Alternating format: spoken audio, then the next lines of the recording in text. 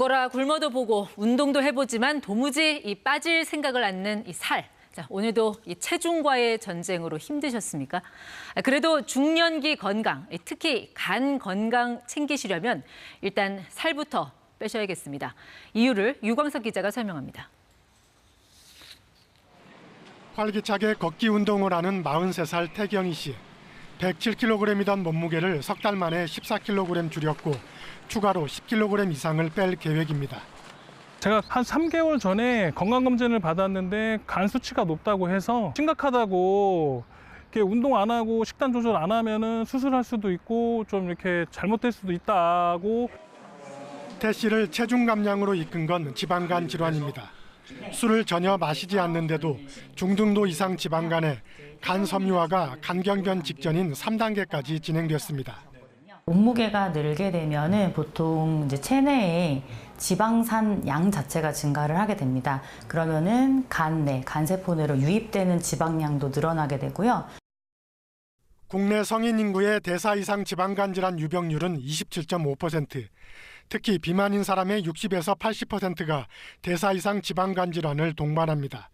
지방간의 25에서 40%가 지방간염으로 지방간염의 5에서 18%가 간경변으로 진행하고 결국에는 간암까지 이어집니다.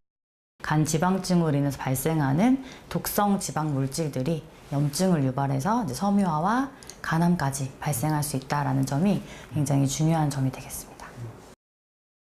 2023년 중년기 인구 중 대사 이상 지방간과 지방간염을 포함한 간질환 환자 수는 63만 8천여 명, 10년 전보다 44% 증가했습니다.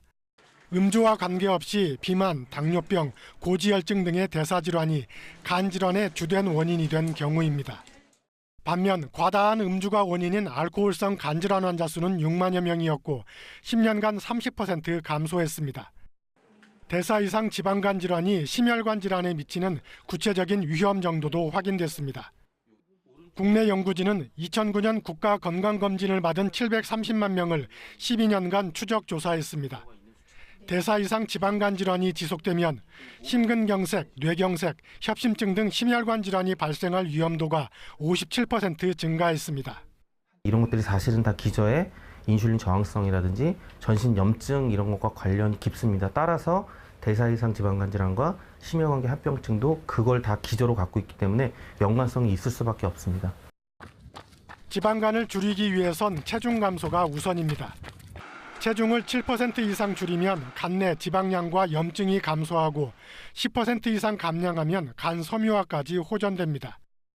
빠르게 걷기와 자전거 타기 등 중등도 이상의 유산소 운동과 최대 근력의 50에서 70%를 쓰는 근력 운동을 매회 30분 넘게 주 3회 이상 꾸준히 지속해야 합니다.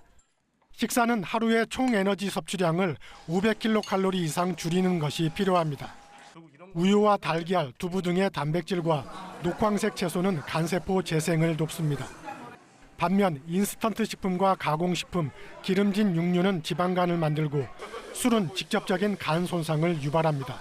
KBS 뉴스 유광석입니다.